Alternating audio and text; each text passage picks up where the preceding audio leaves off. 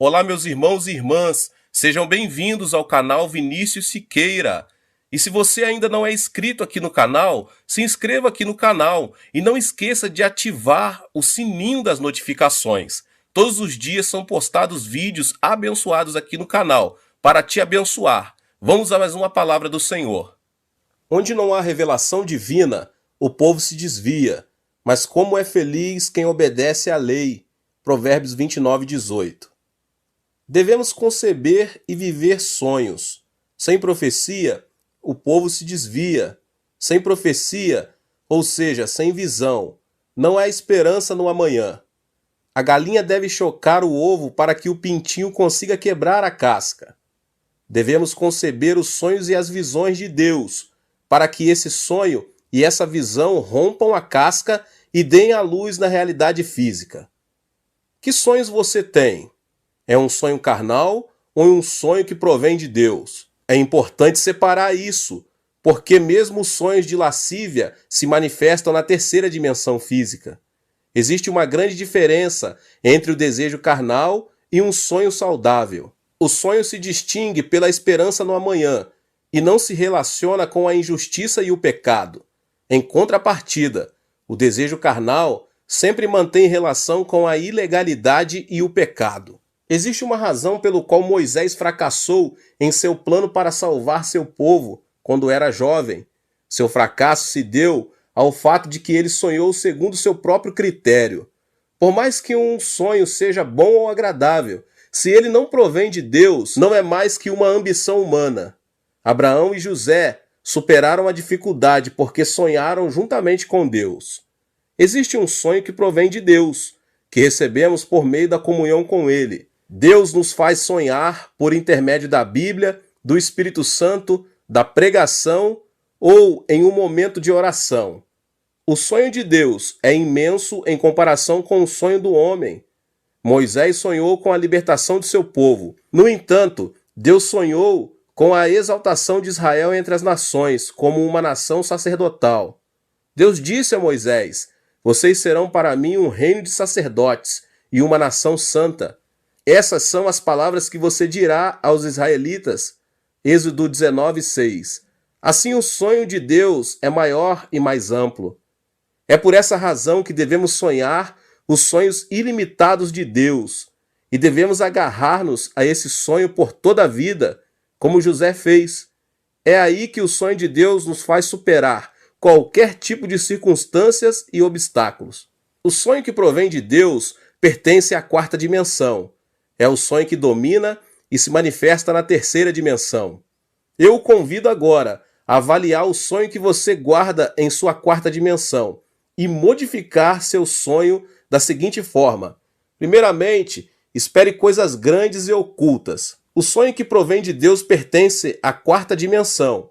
É o sonho que domina e se manifesta na terceira dimensão. Eu o convido a avaliar o sonho que você guarda em sua quarta dimensão e o modificar seu sonho da seguinte forma. Espere coisas grandes e ocultas de Deus. Sonhe com coisas grandes e ocultas que Deus tem preparado para você. Não sonhe que seu caminho é como estar à beira de um abismo. Espere no sonho de Deus. Existem momentos em que nos encontramos à beira de um abismo e parece que é impossível sair do problema com nossas próprias forças. Mas a Bíblia afirma que nada é impossível para Deus. Deus nos diz que há esperança quando pensamos que tudo é desesperança. Deus opera coisas grandes e ocultas que nós não conhecemos. Nosso dever é crer, confiar e seguir Deus incondicionalmente, pois essa é a atitude que agrada a Deus. É por isso que devemos esperar e sonhar com um grande milagre por parte de Deus. Foi no final do ano de 1965, enquanto esperava um voo de regresso no aeroporto do Rio de Janeiro, no Brasil, logo depois de ter dirigido uma cruzada nesse país, que um homem com o uniforme da polícia se aproximou de mim e pediu meu passaporte. Pensei que se tratava de um controle policial, mas aquele policial desapareceu com o meu passaporte. Não podia acreditar. Não tinha nenhum conhecido no Brasil. E nessa época era impossível encontrar um oriental. muito menos um coreano. Os minutos estavam contados, e depois de tudo que aconteceu, não pude embarcar no avião. Tampouco tinha dinheiro para dirigir-me a algum outro lugar. De repente caí de joelhos e comecei a orar, com lágrimas nos olhos. Deus, olha para mim, o que devo fazer agora? Acaso não prometeste que para os que amam a Deus e foram chamados conforme teu propósito, todas as coisas concorrem para o bem? Eu te amo, e segundo o teu propósito vim ao Rio de Janeiro para pregar a tua palavra. Só o Senhor conhece minha aflição. Pai, creio em tua promessa, que todas as coisas contribuem para o meu bem. Senhor, fica comigo. Não podia fazer outra coisa além de orar. Continuei orando, quando um cavalheiro se aproximou do local onde eu estava e me disse: O senhor não é o pastor Chu?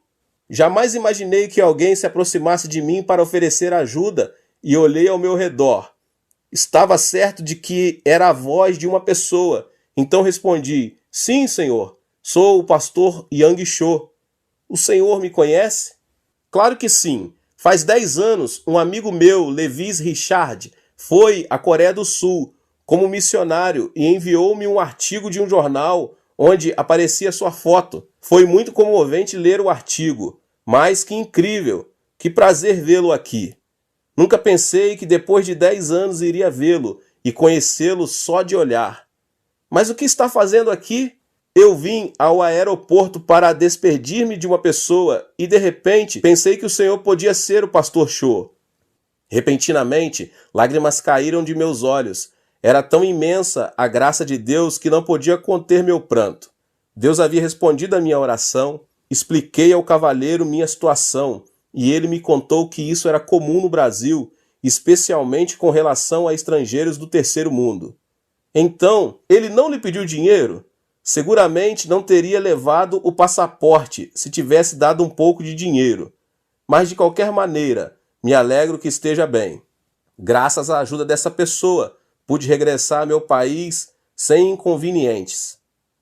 Se Deus não tivesse respondido à minha oração, não me atrevo a imaginar o que me teria sucedido. Deus é um Deus bom, resgata-nos do abismo.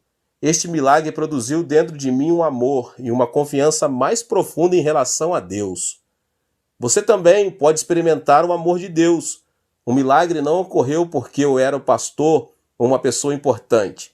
Se você não esmorecer e continuar confiando em Deus, sem abandonar a fé, Deus fará coisas grandes e ocultas que você não conhece. Experimente o milagre por meio da fé. O Êxodo é um excelente exemplo para compreender quão grande e perfeito é o amor de Deus. Deus liberou o povo de Israel dos 430 anos da escravidão do Egito por meio da liderança de Moisés. Mas uma primeira muralha impedia o êxodo. O Mar Vermelho aguardava a chegada dos israelitas. Atrás, os soldados do exército de Faraó vinham com carros dispostos a matá-los. Era uma situação em que não havia nenhuma opção. Adiante, um grande mar. Atrás, todo um exército armado. Entre o povo se levantavam vozes de murmuração. O povo de Israel clamava, dizendo que não restava outra coisa senão morrer. E todos começaram a murmurar contra Moisés. Foi nesse momento que Deus disse a Moisés: Não tenham medo, fiquem firmes e vejam o livramento que o Senhor lhes trará hoje. Erga a sua vara e estenda a sua mão sobre o mar, e as águas se dividirão. Deus não havia abandonado o seu povo. Quem pensou que o povo cruzaria o Mar Vermelho? O próprio povo não imaginava isso, tampouco o faraó. Deus tem coisas grandes e ocultas preparadas que com sabedoria humana é impossível discernir. O Mar Vermelho se dividiu em dois quando Moisés ergueu a vara sobre ele. O povo de Israel se arrependeu de ter ofendido a Deus, voltou a agarrar suas mãos de poder e conseguiu cruzar o mar com êxito. No afã de alcançar seus escravos, os egípcios também tentaram atravessá-lo. Mas algo incrível aconteceu. As águas se fecharam sobre os egípcios, sobre seus carros e sobre seus cavalos. O mar acabou arrasando a vida de todo o exército egípcio. A divisão do Mar Vermelho não foi um fenômeno natural. Por meio dele, Deus mostrou a seu povo aquelas grandes coisas e ocultas que tinha preparado para ele. Deus não muda e está conosco hoje, sustentando-nos com sua mão de poder. 1 aos Coríntios 2,9 diz: Todavia, como está escrito, olho nenhum viu, ouvido nenhum ouviu, mente alguma imaginou que Deus preparou para aqueles que o amam. Sonhe e tenha esperança e creia que o amor e a bênção que Deus preparou para cada um de nós são maravilhosos. Algo grandioso acontecerá em sua vida. Deus criou o homem no último dia da criação, como coroa da criação. Criou primeiro todas as coisas e depois Adão e Eva, a quem outorgou o poder de dominar e subjugar a terra. Note que primeiro Deus criou todo o necessário para que o homem, pelo amor de Deus, habitasse a terra. O mesmo Deus que preparou a criação para Adão e Eva pudessem habitar a terra, preparou nossa vida para que em Cristo Jesus experimentemos o novo nascimento. Deus predestinou nossa salvação antes da criação do mundo. Não que tenhamos pecado por acaso, e por acaso se abriu um caminho para a nossa salvação. A cruz de Jesus Cristo era um evento pré-determinado para redimir nossos pecados. Gênesis 3,15 diz: Porém inimizade entre você e a mulher, entre sua descendência e o descendente dela. Este lhe ferirá a cabeça, e você lhe ferirá o calcanhar. Esta palavra implicava muitos eventos que ocorreriam no futuro. É importante saber que a cruz de Jesus não foi uma casualidade, mas sim um plano pré-determinado. O Senhor veio à terra em carne, nasceu do ventre da Virgem Maria, o que indica que Jesus, semente da mulher, iria converter-se no inimigo do diabo. Ou seja, Deus havia antecipado o plano da salvação por meio de Jesus Cristo, antes do momento da queda de Adão e Eva. 600 anos antes de Cristo, o profeta Isaías profetizou que Cristo morreria crucificado. Isaías 53, 4 e 5 diz: Certamente ele tomou sobre si as nossas enfermidades, sobre si levou as nossas doenças. Contudo, nós o consideramos castigado por Deus atingido e afligido, mas ele foi transpassado por causa de nossas transgressões, foi esmagado por causa de nossas iniquidades. E o castigo que nos trouxe a paz estava sobre ele, e pelas suas pisaduras fomos curados. Esta passagem da Bíblia nos revela quão determinado estava o plano da salvação, a razão pela qual podemos ser salvos, por meio da fé em Jesus Cristo, deve-se ao fato de que o Senhor preparou o caminho para a salvação. Foi-nos revelado o segredo de que, por meio da fé em Jesus Cristo, recebemos o perdão dos pecados, justificação e salvação. O amor e o poder de Deus são tremendos. É impossível entender a obra de Deus com o intelecto sensorial, porque Deus supera o intelecto. Portanto, devemos crer no que Deus nos preparou. Não devemos cambalear em nenhuma circunstância, mas sim crer que Deus predeterminou tudo. A solução não se encontra em nossas mãos, mas nas mãos de Deus. Recorde o que a Bíblia diz em Jeremias 33, 2 e 3. Assim diz o Senhor que fez a terra, o Senhor que a formou e afirmou. Seu nome é Senhor. Clama a mim, e eu responderei, e lhe direi coisas grandes e insondáveis que você não conhece. Creia na promessa da palavra e tenha esperança. Temos a bênção de ser pessoas que veremos coisas grandes e ocultas de Deus. Aleluia! O que devemos sonhar? Devemos sonhar coisas grandes e ocultas. Não devemos sonhar que a escuridão arrasará nossa vida, mas sim devemos crer em coisas grandes e ocultas. Devemos sonhar com coisas positivas e otimistas, com esperança. E Deus operará coisas grandes e ocultas a nosso favor. Deus operará milagres inimagináveis. Temos de abrir a boca para que Deus encha de milagres. Deus é capaz de fazer infinitamente mais do que tudo quanto o que pedimos ou pensamos, de acordo com o seu poder que atua em nós. Ouça agora este testemunho. Esta é a história de uma mulher negra que vivia junto com seu filho nos Estados Unidos. Assim que se divorciou do marido, essa mulher mal conseguia sobreviver. No entanto, seu filho insistia dizendo: Mamãe, compre o gato para mim, compre. O problema é que a mãe não tinha dinheiro suficiente para comprar um gato, e as palavras do filho feriram seu coração. Todos os meus amigos têm cães e gatos. Por que não me compram um gato, hein? Carinhosamente a mulher disse ao filho: Filho, vamos orar ao nosso Deus bondoso, Pai. Está bem? Deus lhe proverá um gato. Ela tomou a mão do filho e começou a orar. Pai, tu conheces nossa situação. Dá-nos um gato. Não temos dinheiro suficiente para comprar um gato. Deus Pai, suplico-te de todo o meu coração. Tem misericórdia de nós. Em nome de Jesus, amém. Assim que terminara a oração, o filho perguntou: Deus nos dará mesmo um gato? Sim, querido. Nada é impossível para Deus. Um gato não será nada difícil para ele. Esperemos o gato e continuemos orando. Deus ouve nossas orações. Esperemos e sonhamos. A mulher continuou orando junto com o filho. Era de tarde e o sol ardia. A mulher tecia no jardim enquanto o menino brincava com um aviãozinho de papel. De repente, algo extraordinário aconteceu. Tratava-se de um vulto escuro que caiu no jardim de sua casa. Era nada menos que um gato. Tanto a mulher como seu filho ficaram petrificados. Um gato havia caído do céu. Eles começaram a pular e a soltar gritos de júbilo. Deus havia respondido à sua oração. Esse relato foi difundido em todo o país por meio dos jornais e da televisão, em um artigo que se intitulava Um Gato Caído do Céu. Dias depois, alguém veio vê-los e disse que era dono do gato. Era incrível. Por acaso ele era o dono do gato caído do céu? Seu argumento: era um vizinho que vivia a 800 metros deles e não via seu gato desde que este tinha subido em cima de uma árvore. Sua explicação era que, por mais que tivesse tentado, não pudera fazê-lo descer. No final, quando o vizinho resolveu inclinar a árvore para alcançar o gato, não conseguiu segurá-la e soltou-a. Como consequência, o gato voou e caiu a 800 metros no jardim da casa dessa mulher negra. E o homem continuou insistindo em que devolvessem o gato. No entanto, nem a mulher nem seu filho quiseram devolvê-lo. Disseram que se tratava de um presente de Deus. No fim, o caso foi levado a juiz. Agentes profissionais do tribunal realizaram um estudo do caso.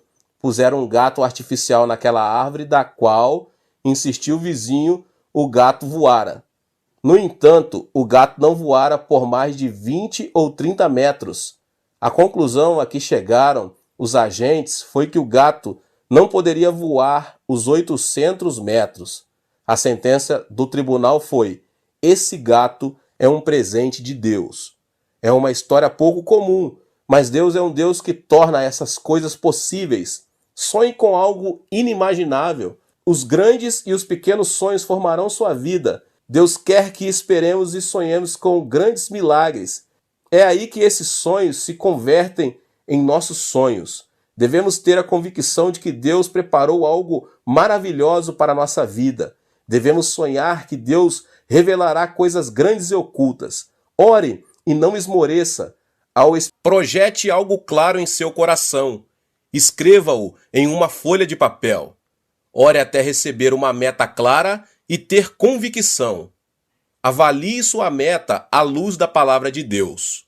Qual é seu sonho?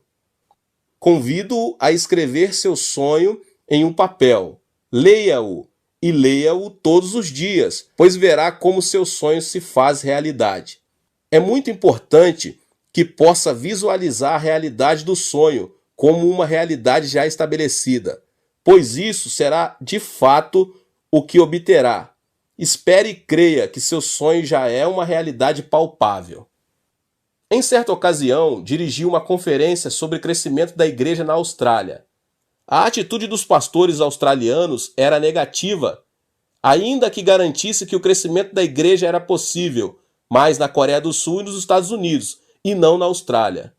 Seu argumento era que os australianos não iam à igreja porque amavam o esporte e o tempo livre. No último dia da conferência, dei uma sugestão. Preparem um lápis e um papel e escrevam a meta da igreja a ser alcançada no final de 2 anos. Escrevam o número de pessoas da congregação que desejam ter nesse tempo. Todos começaram a escrever seus sonhos. 50 membros mais em 2 anos, 100 membros, 300, 500 membros, enfim, o número era bastante variado. Continuei. Colhem essa folha no escritório de sua igreja. Cada um observe, ore e visualize a realização desse sonho. O Espírito Santo operará um grande milagre. Após 2 anos, visitei novamente a Austrália. Nessa ocasião, o presidente das Assembleias de Deus desse país, com lágrimas em seus olhos, disse-me: Pastor, fazia 10 anos que minha igreja não crescia, mas sonhei, orei e alcançamos 100% de crescimento nesses 2 anos.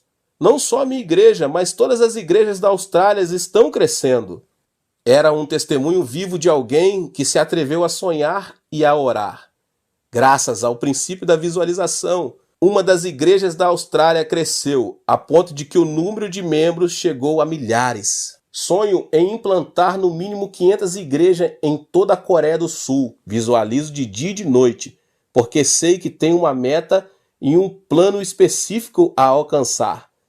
Também tenho o sonho de dirigir cruzadas de multidões em todo o mundo. É um desejo de pregar o evangelho a todas as nações do mundo. Eu me levanto, eu me deito e vivo com o sonho. A visualização do sonho produz fé e a obra do Espírito Santo. Devemos conceber o sonho de Deus, porque o sonho de hoje se tornará a orientação que criará o futuro. Conheci um pastor chamado Cabré em uma viagem missionária na América do Sul. O pastor Cabré testemunhou-me as grandes obras que Deus estava fazendo em sua vida. Uma mulher tinha vindo receber oração junto com seu filho, que não tinha uma orelha. O pastor Cabré, visualizando o menino com uma formosa orelha, começou a orar com muito fervor. Depois de pouco tempo, uma espécie de nódulo começou a formar-se na parte onde o pastor impôs as mãos. Ele continuou orando para que Deus criasse uma formosa orelha. E ensinou a mãe do menino a dizer: olhe, que linda orelha você tem. O pastor disse a ela que acariciasse o menino, visualizando a orelha. Mas nada acontecia. O pastor voltou a orar pelo menino, visualizando uma formosa orelha. Quando abriu os olhos, não podia crer no que via. O tamanho do nódulo aumentara na forma de um leque. Era um milagre de Deus. O que você desenhar hoje na fé, com a ajuda do Espírito Santo, é o que obterá no dia de amanhã. A meta do sonho da 4ª dimensão deve ser específica, porque a realidade física da 3ª dimensão não é abstrata, mas uma dimensão específica. Estabeleça e visualize a meta. Você também deve orar até obter uma meta clara e determinada. O jejum serve para clarear nossa 4ª dimensão, ou seja, para definir mais especificamente nossos sonhos. É por meio do jejum que conseguimos abandonar o ego que diz: posso fazer tudo, e voltar-se para Deus a fim de ser transformados. A mudança da 4ª dimensão ocorre quando há uma mudança em nós mesmos e quando reconhecemos detalhadamente o sonho que Deus tem para nós. Portanto, desde que essa meta clara e específica seja revelada em sua vida por meio da oração, é preciso estabelecer metas mediante a cruz. Todo atleta, todo chefe de família, todo paciente tem uma meta a alcançar. É nosso dever sonhar esses sonhos a partir de uma perspectiva distinta. Devemos olhar para a cruz de Jesus Cristo e sonhar especificamente que fomos salvos da enfermidade do espírito, da alma e do corpo, assim como das circunstâncias. Não devemos deixar-nos influenciar pelo estado atual de nosso espírito, de nosso corpo e de nossa alma, nem pelas circunstâncias. E assim, aceitar o sonho de Cristo. Em 1 Pedro 2,24 encontramos: Ele mesmo levou em seu corpo os nossos pecados sobre o madeiro, a fim de que morrêssemos para os pecados e vivêssemos para a justiça. Por suas feridas vocês foram curados. Devemos aceitar o sonho de Cristo mediante a cruz. A desordem mental será sanada e veremos o poder de Deus. Devemos visualizar a bênção de Abraão e a meta de nossos sonhos mediante a cruz. É preciso desfazer a desordem mental da maldição e da pobreza e aceitar a bênção e a prosperidade de Abraão que há em Cristo, pois é esse o sonho que Cristo tem para nós. Gálatas 3,13 diz: Cristo nos redimiu da maldição da lei, quando se tornou maldição em nosso lugar, pois está escrito: maldito todo aquele que for pendurado no madeiro. Devemos estabelecer metas mediante a cruz de Cristo. A meta final do cristão não se encontra neste mundo, mas se estende até o reino eterno. Em 2 Coríntios 5,1 diz: sabemos que, se for destruída a temporária habitação terrena em que vivemos, temos da parte de Deus um edifício, uma casa eterna nos céus, não construída por mãos humanas. Ponha seus olhos em Jesus, que levou a cruz sobre si, e sonhe. Nossa esperança não se limita ao que é terrestre, antes vai além dos céus. É preciso que você comece pelo pequeno. Assim como um bebê cresce na incubadora, desde que seu sonho vá crescendo. Caminhe junto ao Espírito Santo, seja fiel no pouco e supere as adversidades. Uma vez que tenha concebido um sonho mediante a cruz, você deve semeá-lo para depois colhê-lo. Apesar das circunstâncias, se você consegue semear a semente do sonho que concebeu com a ajuda do Espírito Santo, essa semente dará fruto, crescerá, vencerá e transformará a terceira dimensão. O sonho transformará a morte em vida, a escuridão em luz, a pobreza em riqueza. A mudança de vida se origina de uma mudança de sonho na quarta dimensão. Sonhe, semeie e realize seu sonho. Prepare-se para a realização do sonho. Todos desejam uma mudança na vida e a realização de seus sonhos, mas são poucos os que se preparam para isso. Para alcançar o sonho, é imprescindível a preparação. Se você tem um sonho, deve ter convicção de que o sonho será alcançado e agir como se já tivesse realizado. Daí a necessidade de preparação. Para aquele que não se prepara, seu sonho continuará sendo um sonho e será difícil alcançá-lo. O templo central da Igreja do Evangelho Pleno de Ioldo, utilizado hoje, é um templo que foi reconstruído e ampliado de dentro para fora. Ao ver que minha igreja apresentava um crescimento explosivo, fiz um plano de construção de um complexo ao redor de um templo central, o departamento de educação, 2 centros para as missões e um edifício para o jornal diário. Também senti que devia reconstruir o complexo do Monte da Oração, porque sabia que muita gente necessitava de ter uma comunhão mais íntima com Deus em um lugar isolado da cidade. Mas só contava com $2.000 no bolso. O custo aproximado da construção era de $2 milhões. Mas Deus proveu todos os recursos. Deus é meu capital. Lembre-se, a visão e a paixão precedem as finanças, porque Deus provê nossas necessidades. Existem prioridades na obra de Deus. Primeiro, devemos avaliar se algo é da vontade de Deus. Segundo, devemos estabelecer metas claras. Terceiro, necessitamos ter paixão para alcançar a meta. Quarto, temos de crer que Deus nos ajudará. Uma vez que tenha respeitado essas prioridades, é o momento de fazer contas na calculadora e pagar o preço. Em meu caso, sigo adiante crendo que Deus proverá os recursos. As circunstâncias e as adversidades nunca são um impedimento. Só caminho pela fé, porque Deus é quem cumpre sua palavra. Como pais, preparamos a roupa, os sapatos e o berço mesmo antes de o bebê nascer. O mesmo acontece com nossos sonhos. Uma vez que tenha concebido o sonho, você deve se preparar para as alternativas reais e saber que prosseguirá pelo poder do Espírito Santo, pois essa é a única forma de conceber um sonho. Um sonho não é algo que se cumpre, e sim algo que nasce. Prepare a cama onde o sonho recém-nascido possa descansar. Prepare-se. O sonho de Deus vai além de nosso entendimento. Ele quer que o Evangelho seja pregado em todo o mundo por meio da igreja.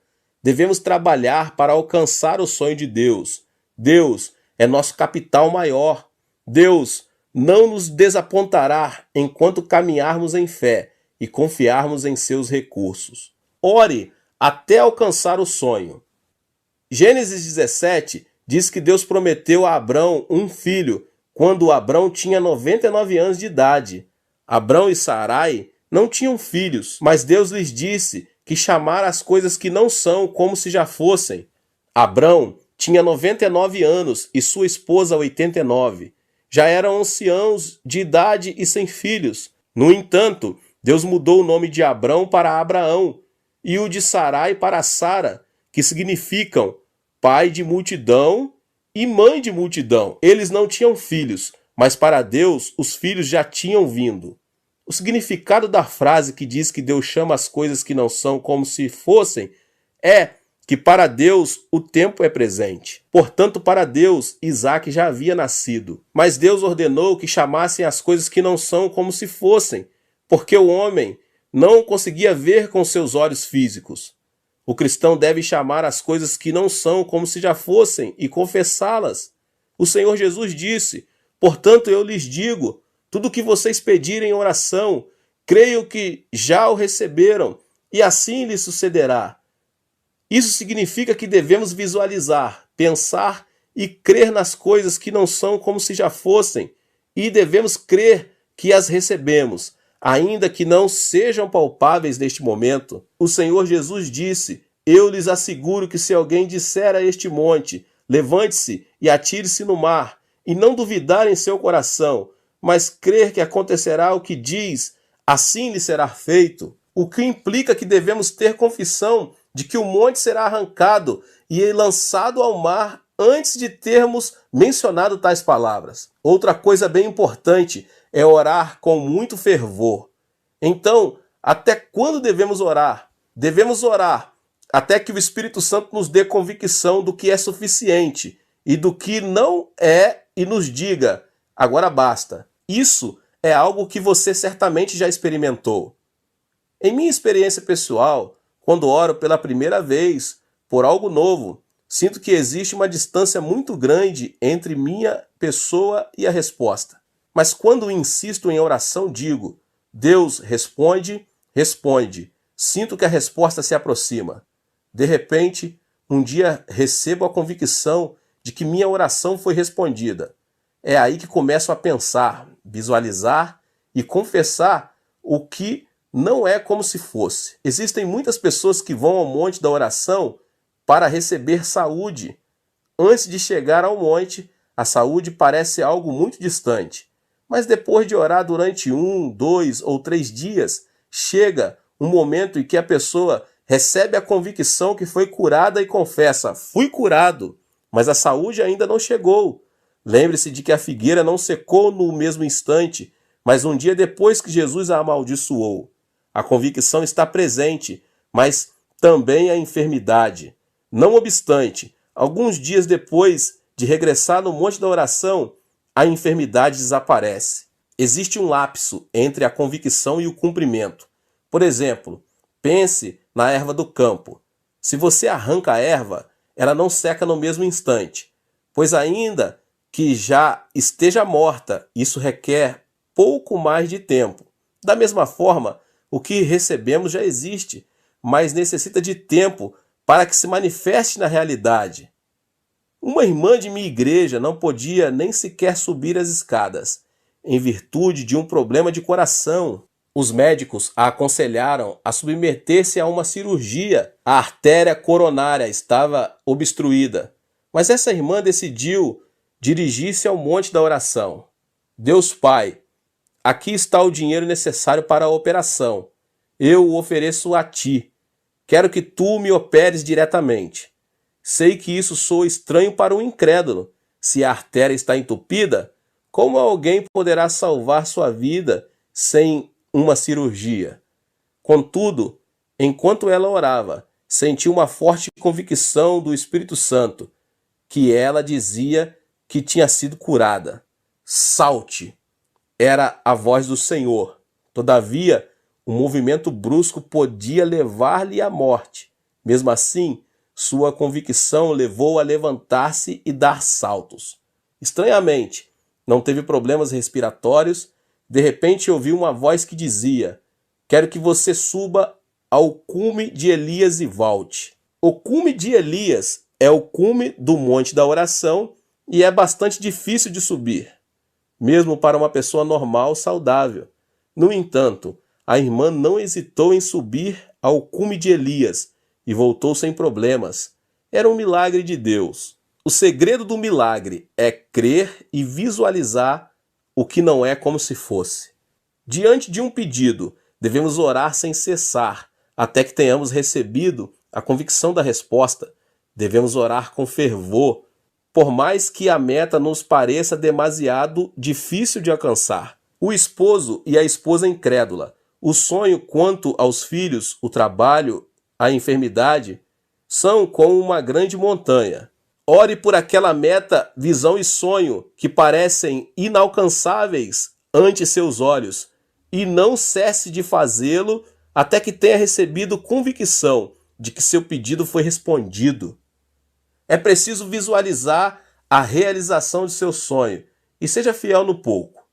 O herdeiro da indústria de aço de Carnegie chama-se Charles. Formado apenas na escola primária, começou a trabalhar na fábrica como um peão em todo tipo de trabalho.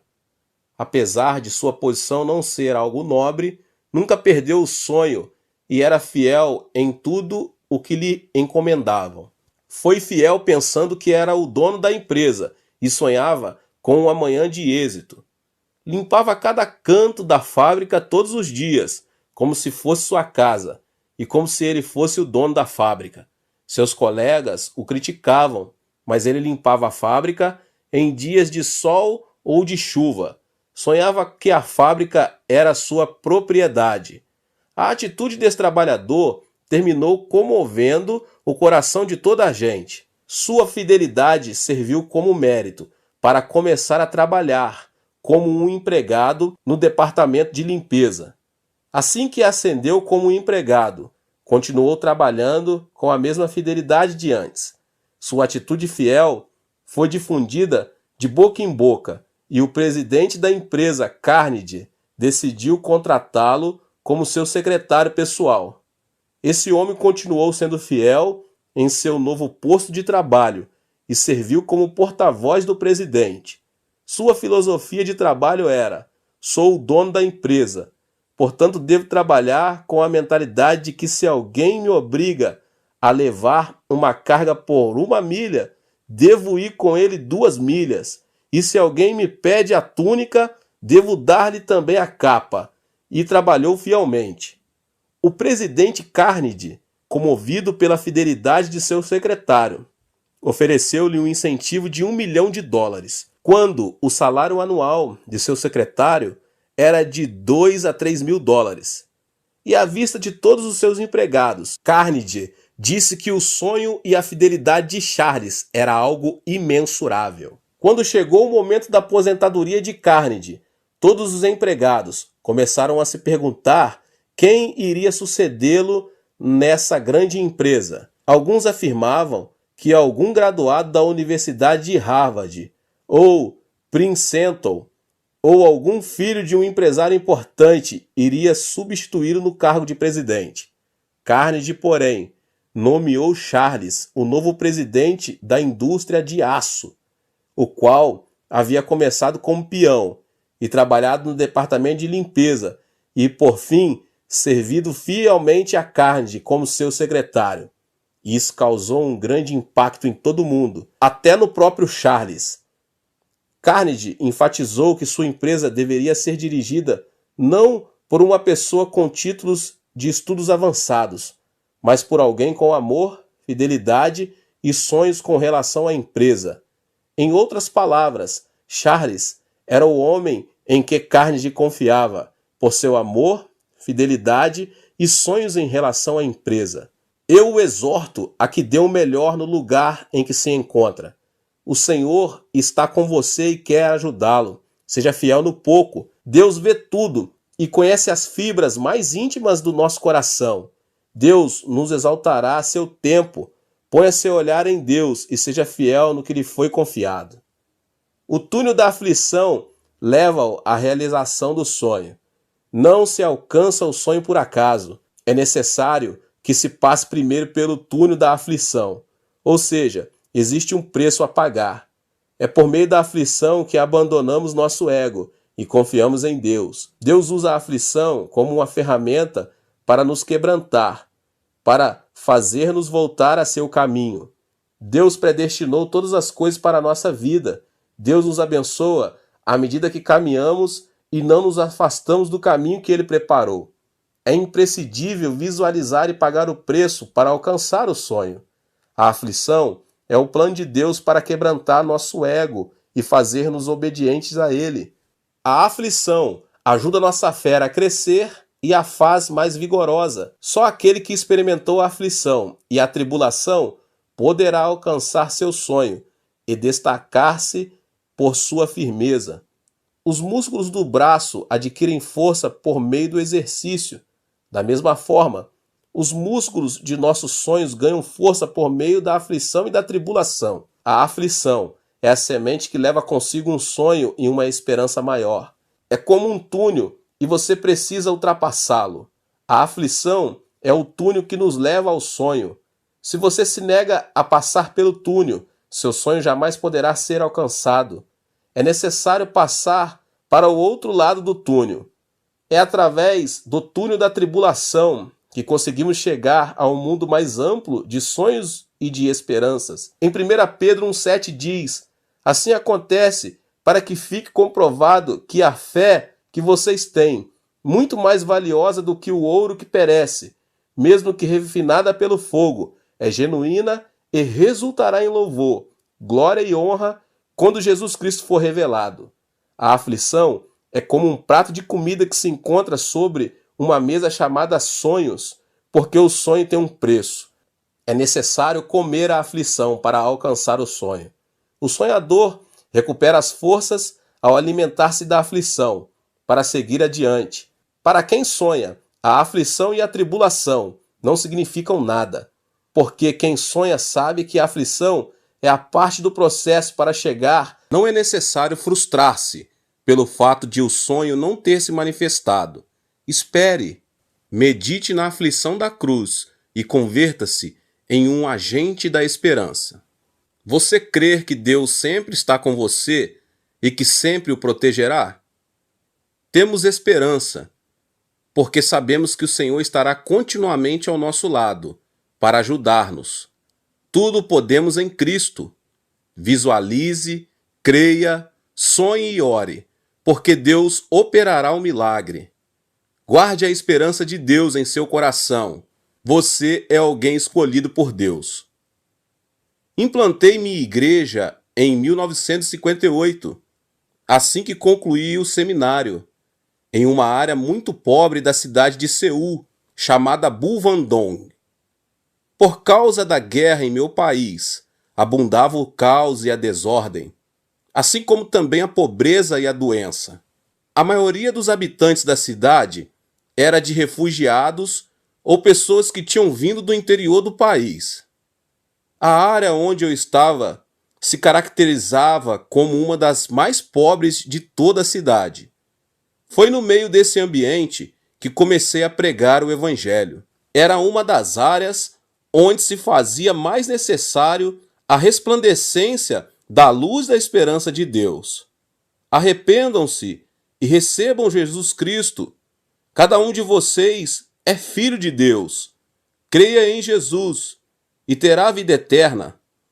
Apesar de minha mensagem apaixonada, todos se mantinham indiferentes.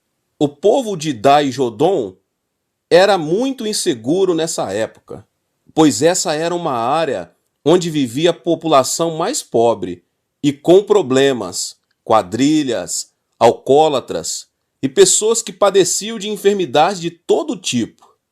Nesse vale de frustração, aconteceu algo que mudou o rumo de meu ministério. Ao caminhar pela vila miserável, notei uma casa que estava a ponto de cair. Em um gesto atrevido, bati a porta e disse: "Tem alguém aí?" No mesmo instante, uma mulher abriu a porta e perguntou: "Quem é você?" Era uma mulher de nome Li Chorri, que tinha vindo da província de Rangyundo, Coreia do Norte, por causa da guerra. Vivia com 9 filhos e um esposo viciado em álcool. Além do mais, a mulher estava definhando, pois tinha problemas de coração e gastrointestinais. A vida dessa mulher era algo indescritível. Então decidi levá-la a Cristo. Eu a visitava todos os dias para falar-lhe sobre o reino dos céus. Mas a mulher se irritava e dizia que todos os religiosos eram mentirosos e que sua vida era um inferno mesmo. Não me interessa o que acontecerá depois de minha morte. Não me interessa se existe um inferno, porque minha vida é o inferno mesmo. Observe como vivo. Preciso viver bem agora, e não depois da minha morte. Vá embora daqui. Fui para pregar a ela, mas no final terminei ouvindo uma pregação. Para dizer a verdade, ela tinha toda a razão. Pensativo, voltei para a minha igreja, que nessa época era uma tenda. As palavras daquela mulher seguiram retumbando em meus ouvidos. O reino dos céus deveria manifestar-se agora em nossa vida. Pensei, ela tem razão. Necessitamos do reino dos céus agora mesmo, e não depois da morte. O Deus que nos ama, por acaso não deseja que sejamos felizes também nesta vida? A humanidade foi criada pelo amor de Deus, mas tem se revelado contra Deus. Como consequência, o homem teve de levar consigo a carga do pecado. Contudo, Deus teve compaixão de nós e enviou o seu Filho Jesus Cristo para que, mediante a cruz, ele tomasse nossas maldições, nossa morte e nossas dores. Nosso destino era o pecado, mas Deus nos salvou por meio de Jesus Cristo. Devemos somente crer em Jesus para receber vida eterna. Então prosperamos em todas as coisas e temos saúde, assim como prospera a nossa alma. Essa é uma bênção universal, e não só para alguns escolhidos. Por meio da cruz, Deus nos salvou de forma integral. A mensagem da cruz não trata apenas da salvação do espírito, mas também da salvação da alma, do corpo, das circunstâncias. Em outras palavras, a salvação é integral. E essa é a mensagem do Evangelho. Porventura existe um amor maior que esse? É por meio da fé que recebemos o perdão dos pecados. É por meio da fé que recebemos libertação de toda maldição. É por meio da fé que obtemos saúde e salvação. Em minha vida pastoral, experimentei um encontro com Jesus por meio da esperança na fé.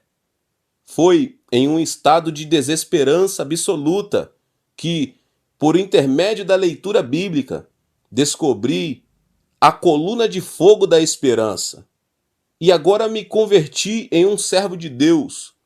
Cada vez sinto mais a importância da esperança em nossa vida.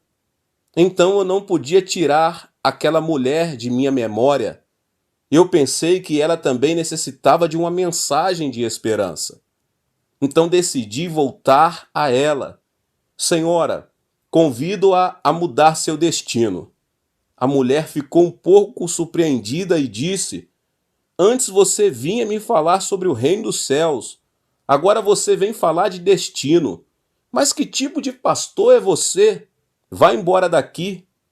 Ela começou a falar com ironia, mas insisti dizendo: conheço alguém que pode mudar seu destino. Você me acompanha? Ele ajudará seu esposo a abandonar o álcool, seus filhos a ir à escola, e lhe proporcionará tudo o que necessitar. Acompanhe-me. Ao ouvir essas palavras, a mulher mudou de atitude e abriu um pouco seu coração. Atravessei um arrozal e cheguei à tenda, mas dessa vez acompanhado por aquela mulher. O que é isso? É minha igreja. A mulher lançou um olhar de canto a canto da tenda e, segurando a barriga, caiu na gargalhada. É você quem precisa mudar de destino. Diga a essa pessoa que o ajude a mudar de destino. Estou certo de que, se você estivesse ali comigo, também teria dado boas gargalhadas. Mas eu disse à mulher em um tom sincero: tem razão, minha situação não se diferencia da sua. Mas temos esperança em Jesus Cristo. Pela fé em Jesus Cristo, não só obtemos vida eterna, como também somos abençoados materialmente, somos libertos da maldição, somos curados da enfermidade e recebemos a vida da ressurreição. Convido você a crer em Jesus Cristo. A mensagem da esperança conseguiu apagar o fogo de sua ira, e a mulher começou a frequentar minha igreja todos os dias. Falávamos de esperança e eu orava por ela. Um dia aconteceu algo incrível. Ela foi curada dos problemas cardíacos e estomacais. E após um período de oração de 3 meses, seu esposo abandonou o álcool e começou a frequentar a igreja. Era um milagre. Deus havia operado um milagre. Além disso, graças à ajuda de uma associação civil dos habitantes da província de Ranquiudô, ele conseguiu um emprego e assim já podia sustentar a família. Seus filhos começaram a ir à escola. Era uma época em que se podia construir qualquer tipo de casa, bastando para isso ser proprietário do terreno. Ajudamos a família a comprar um terreno e a construir uma moradia. A vida dessa mulher já não era mais um inferno, porque havia experimentado um milagre. Prosperava em todas as coisas e tinha saúde, do mesmo modo que prosperava sua alma. A mensagem de esperança que Deus proveu àquela mulher também comoveu minha vida. Essa experiência impactou meu ministério profundamente. A partir deste momento, comecei a pregar a mensagem da esperança com mais empenho. Como consequência, a igreja da tenda cresceu a 500 membros em apenas 3 anos. O povo tornou a pobreza e a desesperança em esperança.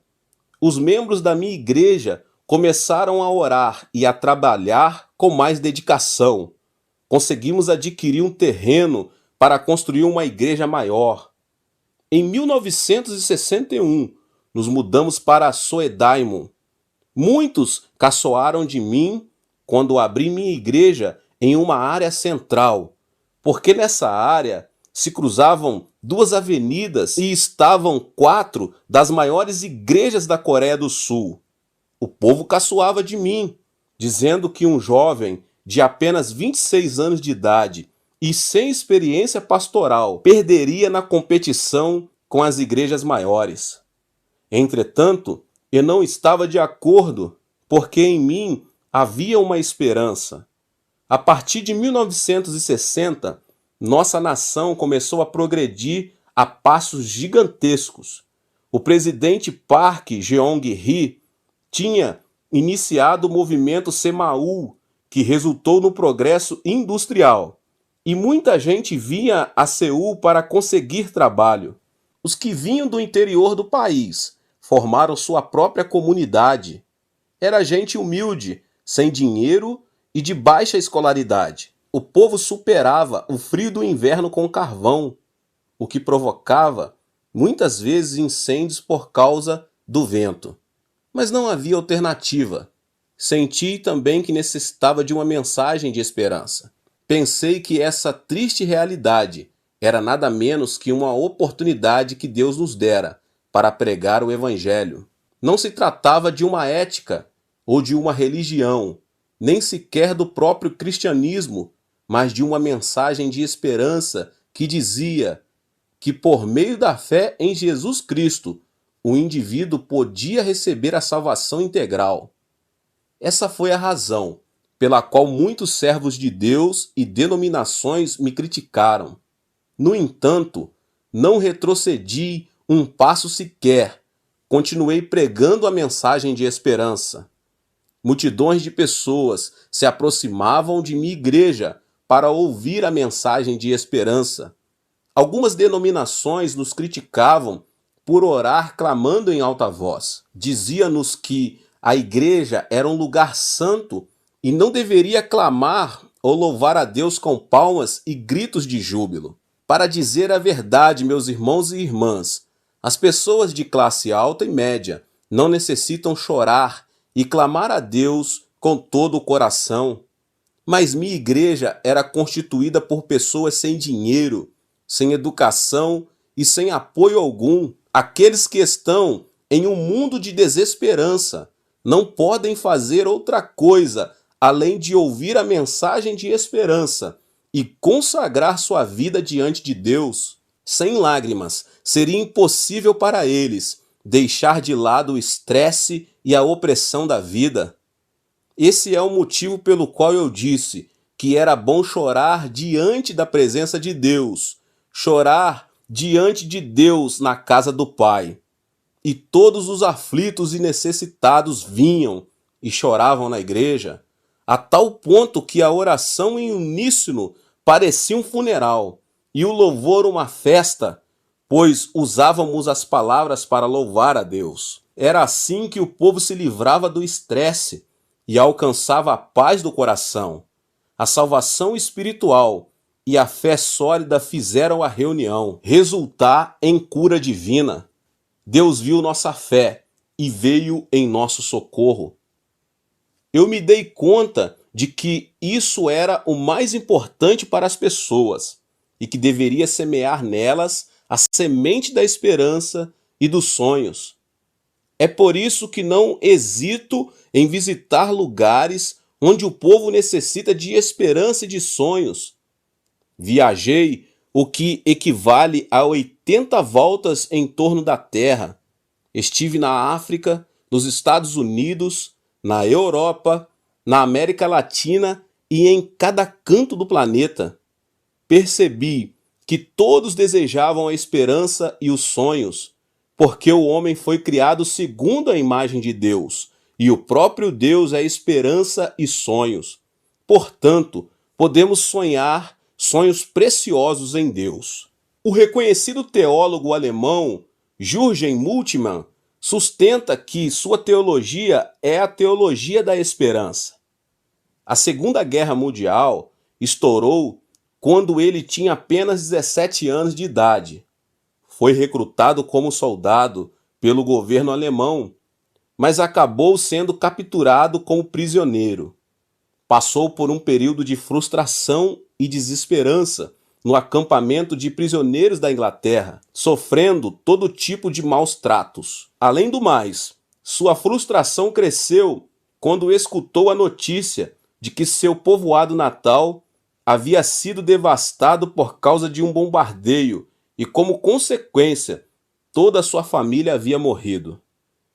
O jovem Moltmann, ao saber que tanto seu país como seu povoado natal haviam sido destruídos, bem como a vida de toda a sua família, enquanto ele mesmo sofria no acampamento de prisioneiros, em um estado de desesperança absoluta, decidiu acabar com a vida. Um dia, um pastor aproximou-se do jovem Moltmann e presenteou-o com uma Bíblia. O jovem leu a passagem da Bíblia que narra que Jesus fora crucificado e morto na cruz. Jesus viera ao mundo, sendo o Filho de Deus, mas o mundo não o aceitou. Jesus fez bem a todas as pessoas e curou os enfermos. No entanto, essa multidão que havia recebido benefícios de Jesus acabou pedindo que crucificassem o Messias. Os discípulos também traíram o Mestre e fugiram dele. Jesus foi abandonado, ficou só e morreu na cruz. O jovem Moltmann percebeu um ponto em comum entre a aflição de Jesus e seu estado de desesperança absoluta. Contudo, Jesus venceu a morte e ressuscitou ao terceiro dia. Isso impactou a vida desse jovem. Ao observar a ressurreição de Jesus, ele disse a si mesmo: eu também posso experimentar a ressurreição. Meu país, meu povoado natal, minha família também poderão ressuscitar se simplesmente eu receber Jesus Cristo em meu coração. Dessa maneira, nasceu a famosa teologia da esperança de Bultmann. Ele se deu conta de que só Jesus Cristo pode outorgar ressurreição em meio à desesperança mais escura. E o jovem recebeu Jesus Cristo como seu salvador pessoal ali mesmo, no acampamento de prisioneiros. A certeza da ressurreição transportou das trevas para a luz, da desesperança para a esperança. O coração do homem se dirige à morte quando lhe falta um sonho. Não se trata de vestir-se, alimentar-se bem ou levar uma alta qualidade de vida.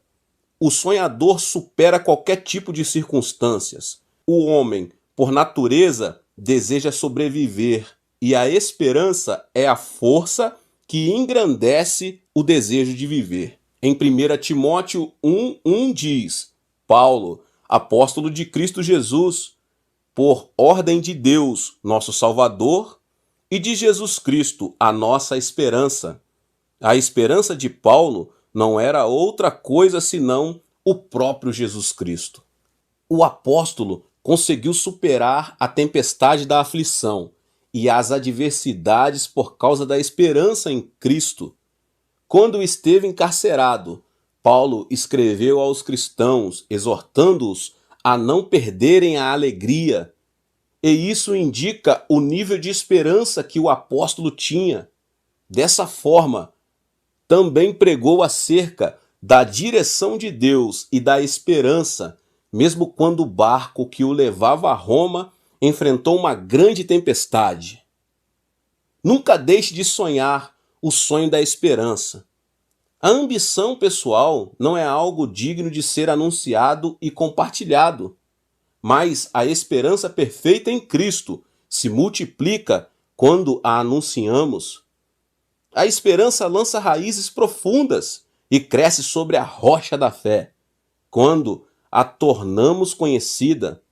O ato de consolar, falar da esperança, abençoar uns aos outros, faz o sonho da esperança levantar voo e influenciar a fé de outros.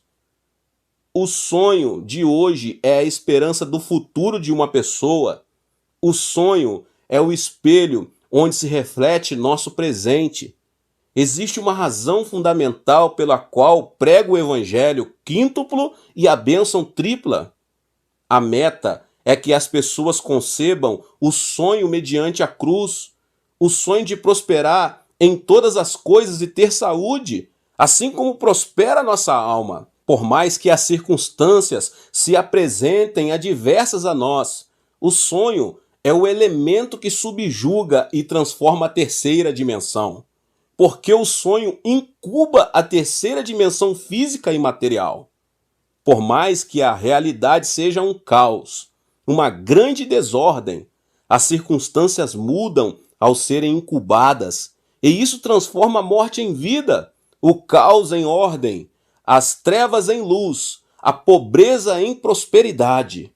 Não deixe de sonhar em Deus e mantenha um alto nível de esperança. Sua vida será transformada em nome de Jesus. Deus abençoe a vida de cada um que ouviu essa palavra tremenda. Não esqueça de se inscrever aqui no canal e ativar o sininho das notificações. Deixe também o seu like e não se esqueça de compartilhar com as pessoas que você mais ama. Nos vemos nos próximos vídeos. Até mais!